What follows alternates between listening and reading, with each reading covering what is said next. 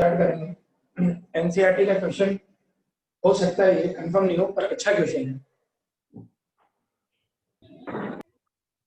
Question पूरा पढ़ लेना, पेज नंबर बता देता हूँ शीट पर बच्चों, ठीक है ना। जिसको आज शीट ले जाना मेरे साथ, ये आपके पेज नंबर है, पेज नंबर 4 पर है बच्चों, सॉरी 4 नहीं, पेज नंबर 8, शीट पे पेज नंबर 8 पर क्वेश्चन है बच्चों, पढ़ लेना इसको। देखो क्वेश्चन क्या है, हीलियम का एक न्यूक्लियस है बच्चों, हीलियम का क्या है, न्यूक्लियस है, और हीलियम के इस न्यूक्लियस के अराउंड एक इलेक्ट्रॉन रिवॉल्व हो रहा है। ओके बच्चों, तो सपोज करो बच्चों इलेक्ट्रॉन ऐसे रिवॉल्व हो रहा है, तो अपन को पता है कि इलेक्ट्रॉन जैसे रिवॉल्व होता है उसके अपोजिट डायरेक्शन में क्या फ्लो होती है बच्चों, करंट। क्या फ्लो होगी, करंट। तो बोलो आपका ये रिवॉल्विंग इलेक्ट्रॉन एक करंट कैरिंग लूप की तरह ट्रीट करेगा नहीं करेगा, बोलो करंट कैरिंग लूप की तरह ट्रीट करेगा, तो इसके सेंटर पर क्या बनेगा, मैग्नेटिक फील्ड। क्या बनेगा, मैग्नेटिक फील्ड। तो उसने यही पूछा है कि helium nucleus is completely one round, sorry इसमें ये राउंड ही जो कर रहा है वो खुद ही हीलियम न्यूक्लियस है, राउंड हीलियम न्यूक्लियस कर रहा है। क्वेश्चन के अकॉर्डिंग राउंड कौन कर रहा है, खुद हीलियम न्यूक्लियस कर रहा है, ठीक है। तो आपसे पूछा है कि अगर ये हीलियम न्यूक्लियस राउंडेड कर रहा है तो ये करंट कैरिंग लूप की तरफ बिहेव करेगा, इसके सेंटर पर मैग्नेटिक फील्ड पहुंच रहा है। बात समझ में आया, एक हीलियम न्यूक्लियस है और वो हीलियम न्यूक्लियस क्या कर रहा है, घूम रहा है एक सर्कल। तो पूछा है कि इसके सेंटर पर मैग्नेटिक फील्ड क्या होगा।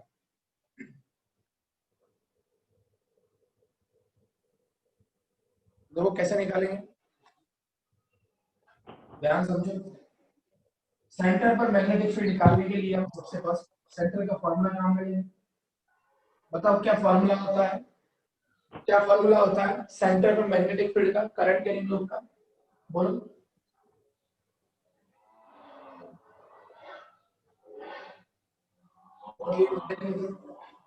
सेंटर पर मैग्नेटिक फील्ड का ये फॉर्मूला होता है नहीं होता, mu naught N I upon 2r।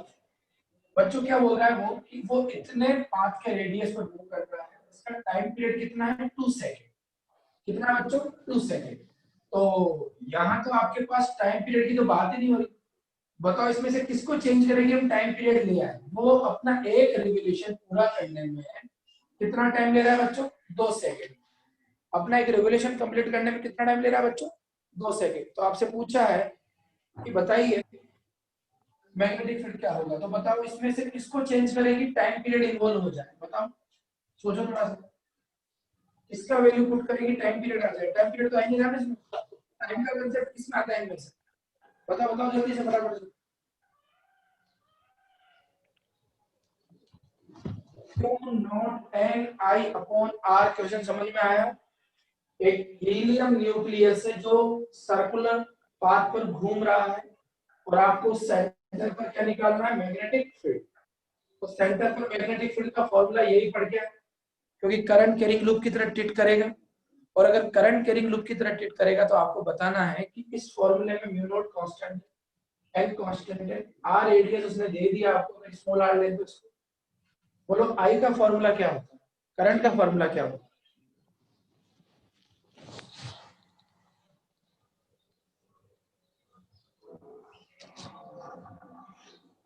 Q by T. कितना होता है, क्यू बाई टी। आवाज कम कैसे आती है, पहले तो आवाज बढ़िया थी। आई इज इक्वल टू क्या होता है बच्चों, क्यू बाई टी, यही होता है। आई इज इक्वल टू क्या होता है, Q by T. I Q कितना है बच्चों, क्यू चार्ज ऑफ इलेक्ट्रॉन ले लेंगे, टी कितना दे रखा है, टाइम पीरियड टी दे रखा है। तो ये कितना आ गया, I is equal to T by T, ये पुट कर दो यहाँ पर, B is equal to mu naught N T by T, put कर दो सारे में।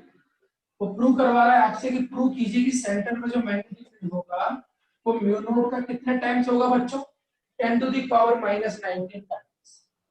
जो सेंटर पर मैग्नेटिक फील्ड है वो म्यू नॉट का कितने टाइम्स होगा, 10 to the power minus 19 times. कैसे निकालेंगे, बोलो म्यू नॉट को एज इट इज रहेगा, कितने लूप्स बनेंगे, एक ही लूप रहेगा इलेक्ट्रॉन का। बोलो इलेक्ट्रॉन पर चार्ज कितना होता है, सॉरी ये ध्यान रखना है यहाँ पर आप क्यों ले रहे हो, और इसके लिए हीलियम न्यूक्लियस के लिए चार्ज कितना होगा? +2। हीलियम न्यूक्लियस के लिए चार्ज कितना लेंगे बच्चों? +2। तो ये यहाँ पुट कर देना, I इज इक्वल टू कितना आ गया? 2E/T। ठीक है, तो यहाँ रख दो इसको।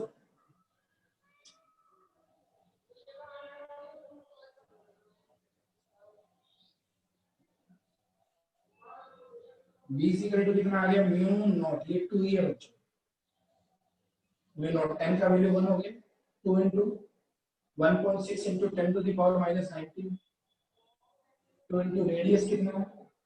0.8, टाइम पीरियड कितना है? 2 सेकंड। तो देखो भाई 2 से 2 कैंसिल, 0.8, 0.8 इंटू 2 कितना हो गया? 1.6। बोलो आंसर कितना है? 10 to the power -19 times of mu naught. ठीक है भाई, चाहो तो पीछे क्या लगा सकते हो? टेस्ट। ये क्वेश्चन देखो बच्चों कैसे करेंगे इस क्वेश्चन, समझो इसको।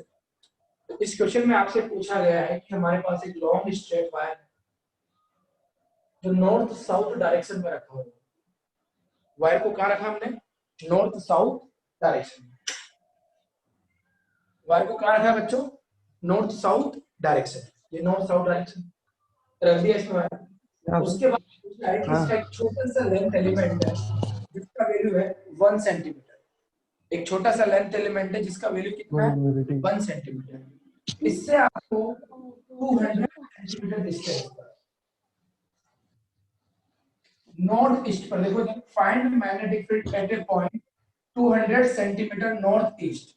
तो बच्चों ये नॉर्थ है, ये कौन है? ईस्ट है। तो नॉर्थ ईस्ट बोलो, यही होगा नहीं होगा?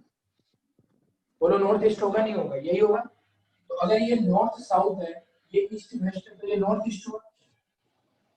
इस पॉइंट पर आपसे क्या पूछा गया है? Magnetic field.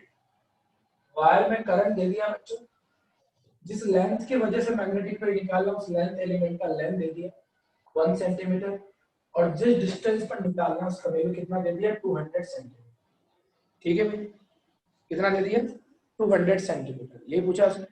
तो अब आपसे पूछ रहा है मैग्नेटिक फील्ड। कोई बताएगा कौन सा फॉर्मूला यूज करेंगे यहाँ? बताओ।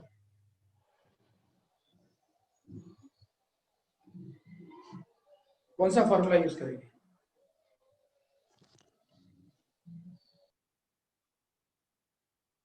बोलो भाई कौन सा फॉर्मूला? देख के तो देखो तो सही थोड़ा क्या क्या दिया हुआ है उसके ड्यू अकॉर्डिंग टू कौन लेंथ सा? एलिमेंट। कौन सा वाला?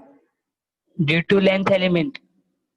हाँ, ड्यू टू लेंथ एलिमेंट वाला। तो क्या होता है formula? b is equal to mu naught IDL sin theta upon 4 pi into R square. Theta कितना लेंगे बताओ? थीटा बताओ, थीटा कितना लेंगे? सोचो थोड़ा सा, थीटा कितना लेंगे? 45। 45 लेंगे। कितना होता है नॉर्थ ईस्ट से एंगल? 45। तो बच्चों वैल्यू पुट कर दो। म्यू नॉट आई का वैल्यू कितना? 8 एम्पियर। डीएल का वैल्यू कितना है? 1। साइन कितना हो गया? 45 अपॉन 4 पाई। ठीक है, ये लेंथ एलिमेंट 1 सेंटीमीटर है बच्चों, तो इसको मीटर में कन्वर्ट कर लेना, कितना आ जाएगा? -2। ये तो 2 मीटर हो गया ना, 200 सेंटीमीटर। आर का स्क्वायर कर दो, 2 का स्क्वायर। बच्चों 2 के स्क्वायर से कैंसिल हो गया, 2 टाइम कर लेना इसको। म्यू नॉट का वैल्यू पुट कर दो, 4 pi into 10 to the power -7, 2 into 10 to the power -2। Sine 45 का वैल्यू कितना हो गया? 1/2। 4 पाई से 4 पाई कैंसिल हो गया। ये 1/√2 कहाँ जाएगा? ऊपर जाएगा। सॉरी, 1/√2 आएगा तो यही आएगा। ये √2 टाइम कैंसिल हो गया। कितना हो गया आंसर? √2 10 to the power -2 -7। कितना आ गया? -9। फोटो ले लो इसका, नेक्स्ट टॉपिक स्टार्ट करो।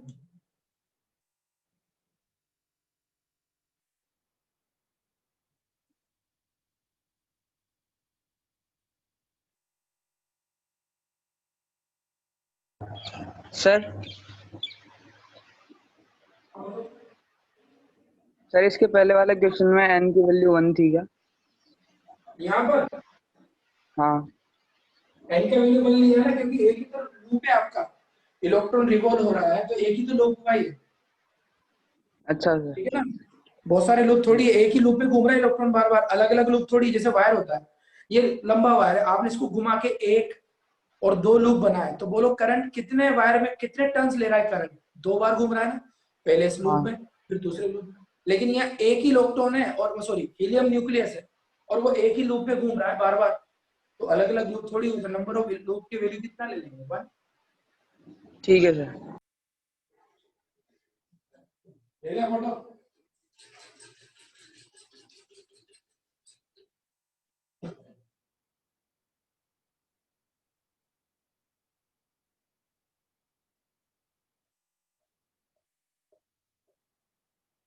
तो वो बायो सावर्ट लॉ कंप्लीट हो गया आप लोगों का। अब इसके बाद स्टार्ट करूंगा मैं एम्पियर्स लॉ, स्टार्ट करूंगा एम्पियर्स लॉ, सेकंड टॉपिक आता है इसका एम्पियर्स लॉ।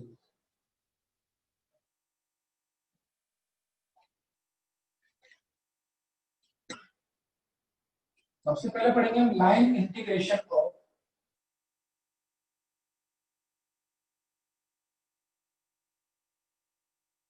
Magnetic field.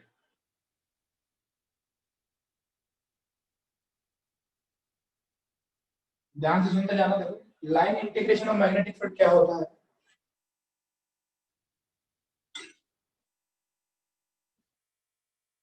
आपने ये कोई करंट कैरिंग वायर लिया बच्चों, जिसमें कितना करंट फ्लो हो रहा है आई, ठीक है भाई। अब आपने इसके अराउंड इट एक पाथ इमेजिन कर लिया बच्चों इस तरह से।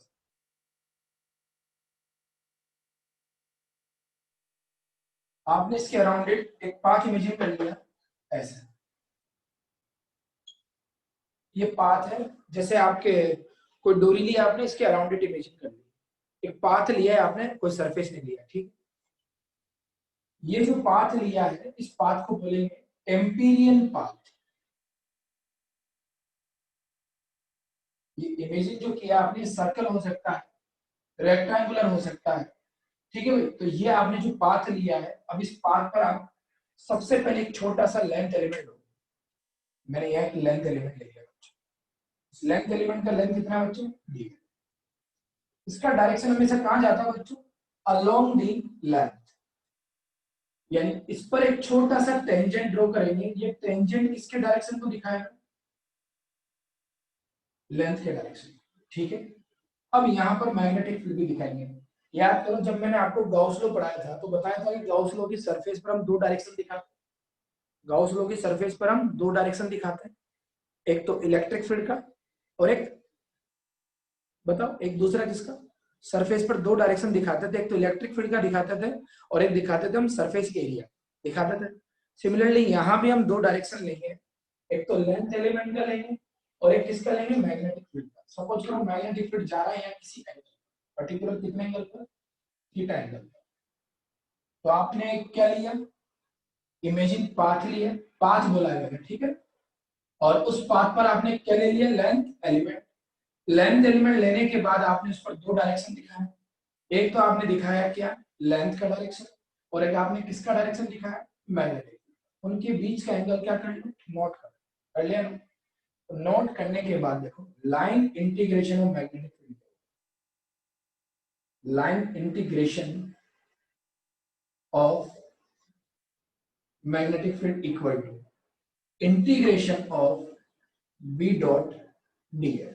ध्यान से देखना, बी और डीएल के डॉट प्रोडक्ट के इंटीग्रेशन को, बी एंड डीएल के डॉट प्रोडक्ट के इंटीग्रेशन को क्या बोलते हैं बच्चों, लाइन इंटीग्रेशन। अगर मैं यहाँ एस लिख देता डीएस तो बोलो वो क्या हो जाता, सरफेस इंटीग्रेशन। अगर यहाँ लेंथ लिख रहे हैं तो क्या रहेगा, ये लाइन इंटीग्रेशन। क्या रहेगा बच्चों, ये लाइन इंटीग्रेशन। तो बी और डीएल के डॉट प्रोडक्ट को क्या बोलते हैं बच्चों, लाइन इंटीग्रेशन। अगर ये क्लोज पाथ के लिए फॉर क्लोज्ड पाथ, तो ये लाइन इंटीग्रेशन क्या बनेगा बच्चों, यहाँ पर हम एक छोटा सा सर्कल बना देंगे। तो अगर आपका ये क्लोज पाथ है, वैसे दिख ही रहा है सब तो क्लोज पाथ ही है, तो क्लोज पाथ पर हम क्या लेंगे, B dot DL integration close path. तो बी डॉट डीएल का इंटीग्रेशन को क्या बोलते हैं, line integration of magnetic field. और अगर क्लोज पाथ के लिए लें तो इसे क्या बोलेंगे, हम ऐसे सर्कल। ठीक है भाई। अब आता है नेक्स्ट टॉपिक, एम्पियर्स लॉ।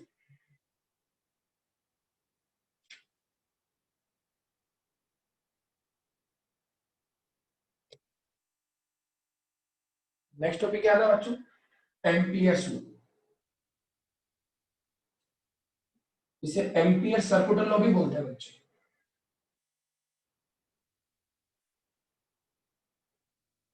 क्या होता है ध्यान से देखना है, जैसे गॉस लॉ पढ़ा था वैसा ही लॉ है।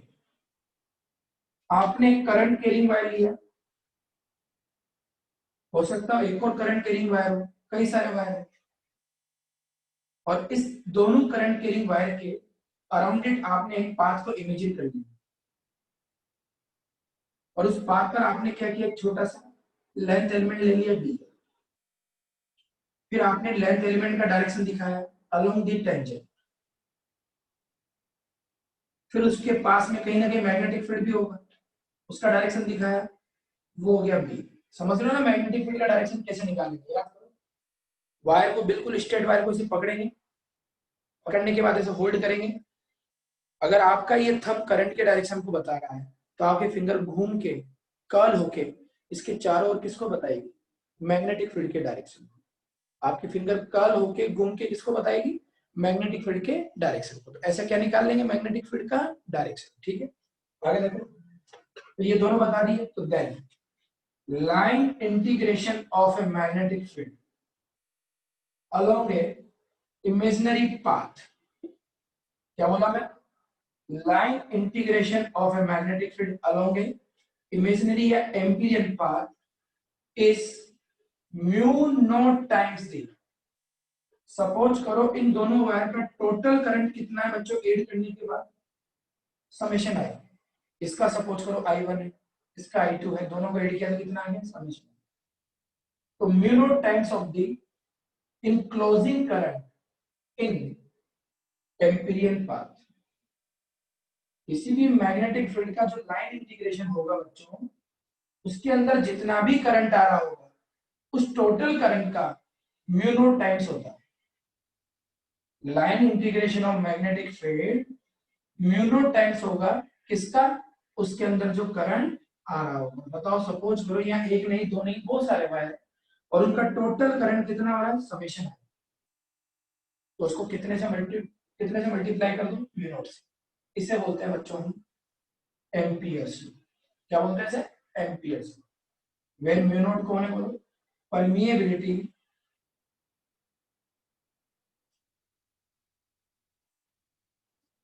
ऑफ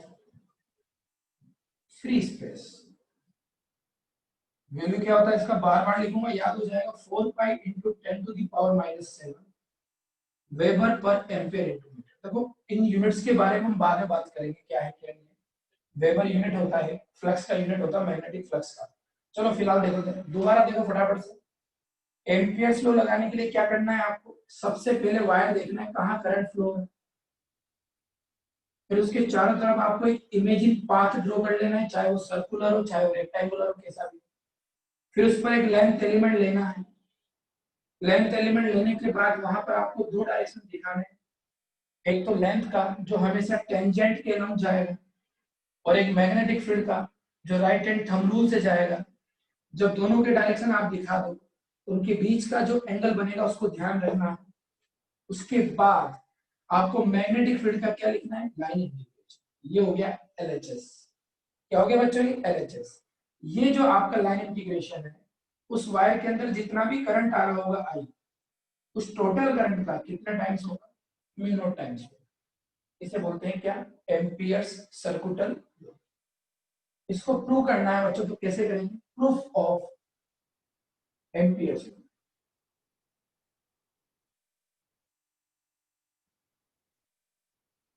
कोई बताएगा गाउस लॉ का प्रूफ किस बेसिक लॉ के किस बेसिक लॉ से देते थे, याद है किसी को, गाउस लॉ का जो प्रूफ दिया था अपन ने किस लॉ को काम में लेते हुए दिया था, थोड़ा याद करो, बताओ। Gauss Coulomb's law, law. Coulomb's law. कैसे दिया था बच्चों, कूलम्ब्स लॉ दिया था। एक चीज बताओ, आज हम क्या पढ़ रहे हैं, एम्पियर्स लॉ। इसी चैप्टर में हम इसके पहले क्या पढ़ के आए, बायोट सावर्ट। आज हम एम्पियर्स लॉ का प्रूफ किस बेसिस पर देंगे, बायोट सावर्ट लॉ के बेसिस। ठीक है, तो इसका मैं प्रूफ करवा रहा हूँ, ध्यान से देखना इसका प्रूफ कैसे करेंगे।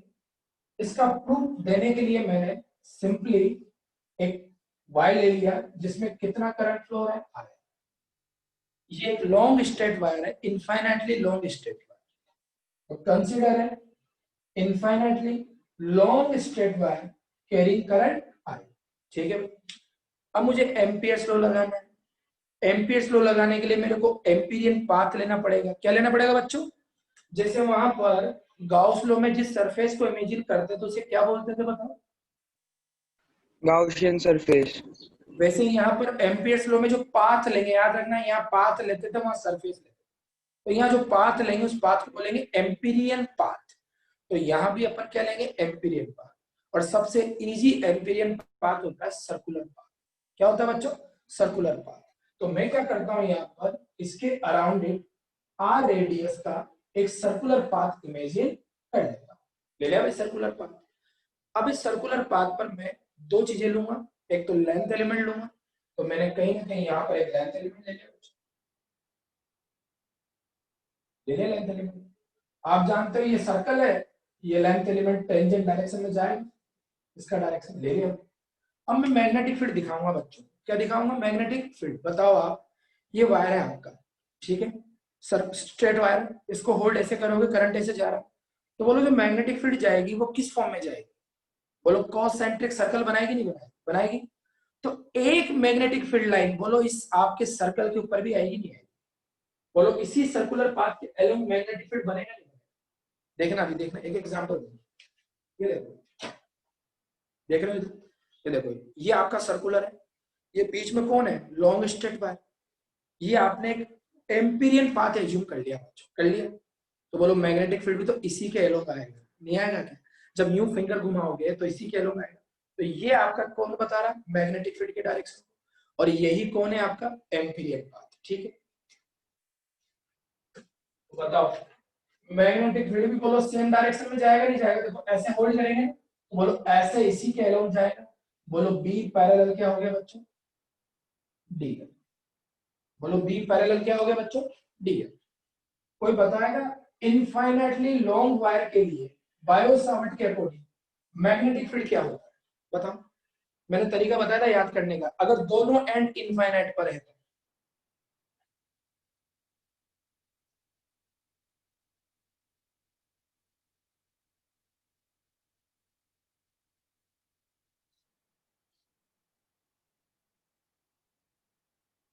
बताओ भाई, दोनों एंड अगर इनफाइनाइट पर है तो बताया था ना तरीका कैसे याद रखना है गाउस लॉ के अकॉर्डिंग। बताओ, जवाब नहीं दे दो तुम लोग आजकल यार। बताओ क्या बता देना ना। B equals to 2KID। फिर सीधी सी बात, तो क्या होता था? बी इज इक्वल टू बच्चों 2KID। वहां लेंथ क्या लेते थे? डी। यहाँ लेंथ क्या ले लिया बच्चों? आई, सॉरी आर। के का वैल्यू क्या लेते हैं अपन यहाँ पर? वो भी रख दो साथ के साथ, mu naught upon 4 pi I R. बोलो यही होता था नहीं होता था? अरे भाई मैग्नीट्यूड भी बता दिया आपने, डायरेक्शन भी बता दिया। डायरेक्शन कहाँ जा रहा? अलोंग द लेंथ एलिमेंट जा रहा है, क्योंकि सर्कुलर घूमेगा तो मैग्नीट्यूड आ गया। आगे बच्चों, अब आपको एम्पियर लॉ प्रूव करना है। तो एम्पियर्स लॉ प्रूव करने के लिए आपको क्या लेना पड़ेगा? Line integration of magnetic field B along empyrean path।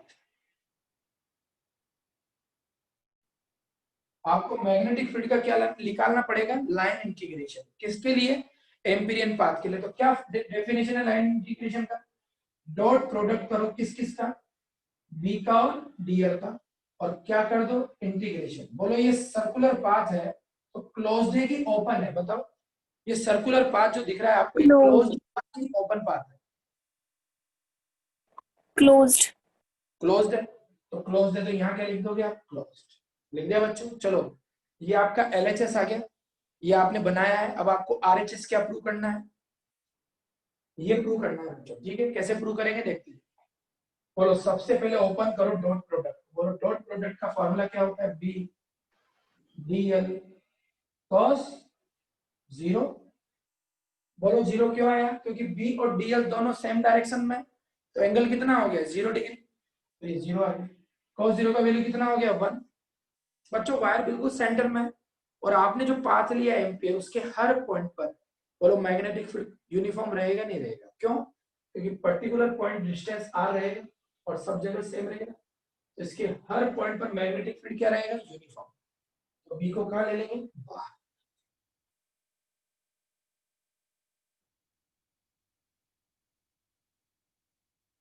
बोलो cos जीरो का वैल्यू कितना आ गया बच्चों 1। बोलो इनटू बी किया है आपने, तो बी इज इक्वल टू कितना हो जाएगा, बी इनटू डीएल का वैल्यू कितना है बच्चों, डीएल का वैल्यू कितना है बच्चों बताओ।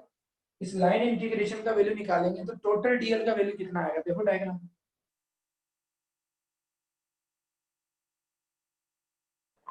2 pi r. बोलो सर्कमफ्रेंस आएगा नहीं आएगा, टोटल लेंथ निकालेंगे कितना आएगा 2 पाई आर आया बच्चों। अब आप बी का वैल्यू इक्वेशन फर्स्ट से पुट कर दीजिए बच्चों, फ्रॉम फर्स्ट। चाहो तो इसको ऐसे लिख दीजिए, ये कैंसिल हो गया, mu nought I upon 2 pi R put कर दीजिए फ्रॉम फर्स्ट।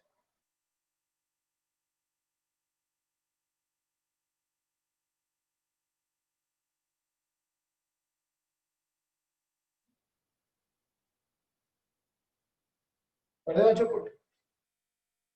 बोलो 2 पाई आर से 2 पाई आर क्या होगा बच्चों, कैंसिल।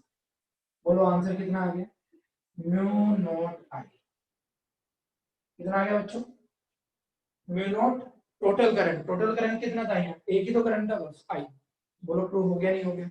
तो एम्पियर्स लॉ प्रूव करने के लिए अपन ने किसका हेल्प लिया, बायो-सावर्ट लॉ का। क्या होता है बायो-सावर्ट लॉ, कि भाई आपने यहाँ पर एक लॉन्ग स्ट्रेट वायर लिया है और उससे अगर r डिस्टेंस पर आपको मैग्नेटिक फील्ड निकालना है, अगर दोनों एंड इनफाइनाइट पर है तो कितना होगा 2ki/d, और अगर एक ही एंड इनफाइनाइट पर होता तो ये फॉर्मूला होता ki/d।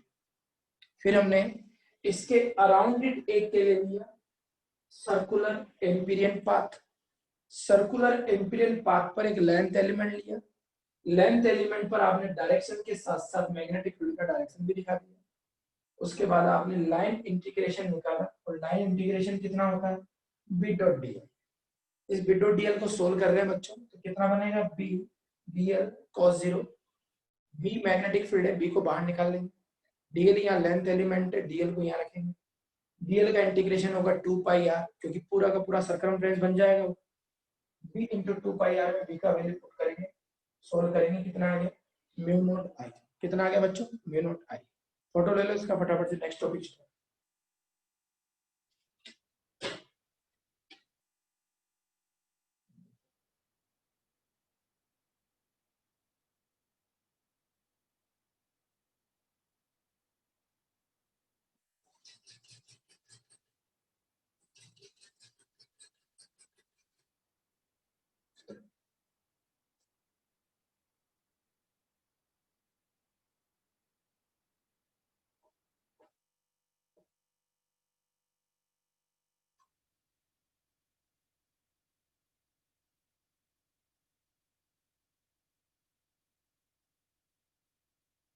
देखो चलो नेक्स्ट टॉपिक हम लेंगे application of amperes.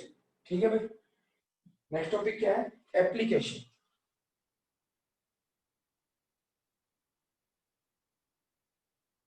Of Ampere's. बच्चों फर्स्ट एप्लीकेशन है magnetic field due to infinitely long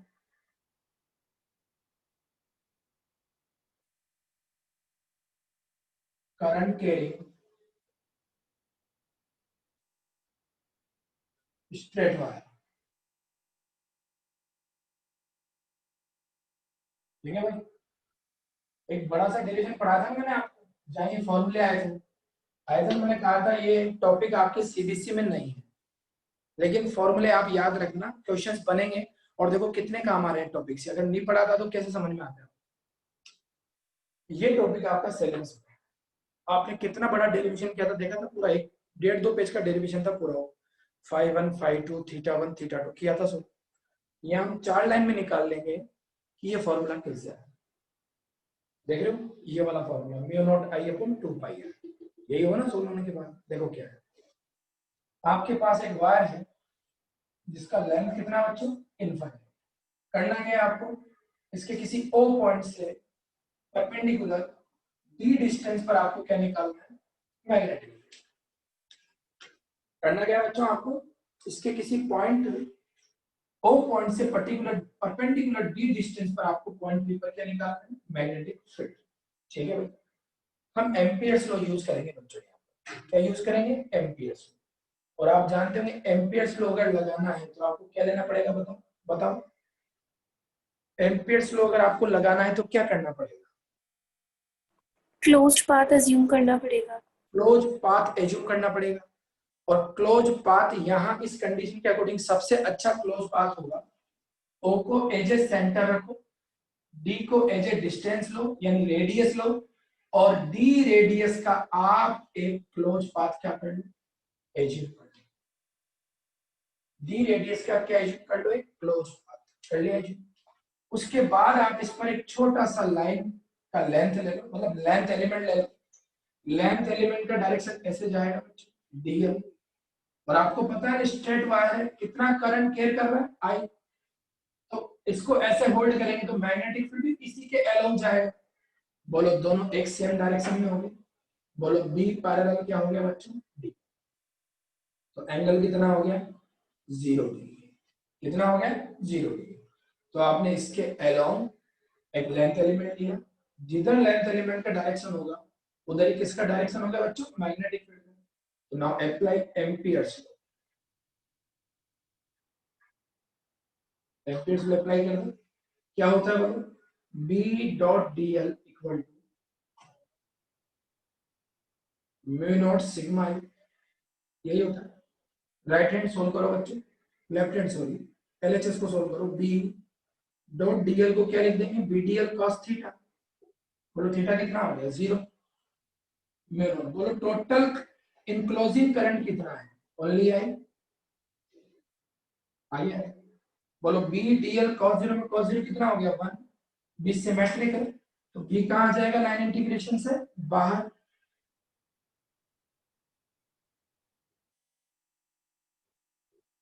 ये डीएल क्या है बच्चों, टोटल लेंथ।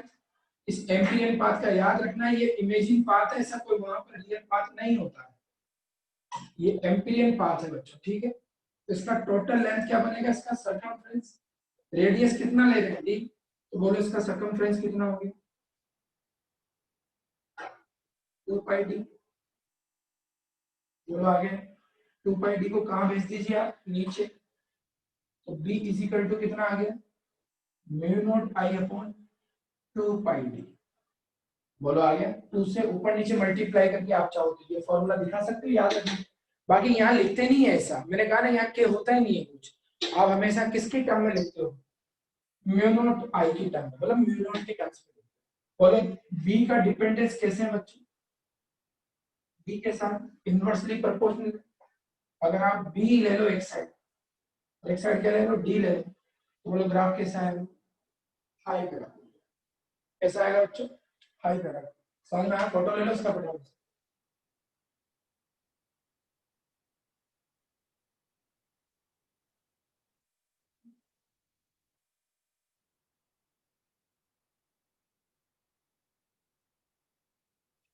ठीक है भैया, जिसको शीट चाहिए, ठीक है ना, बजट नगर मिलूंगा मैं 3 से 5 के बीच में, यहाँ आ जाना। और बोरखेड़ा मिलूंगा 11 से 12 के बीच में, ठीक है ना भैया।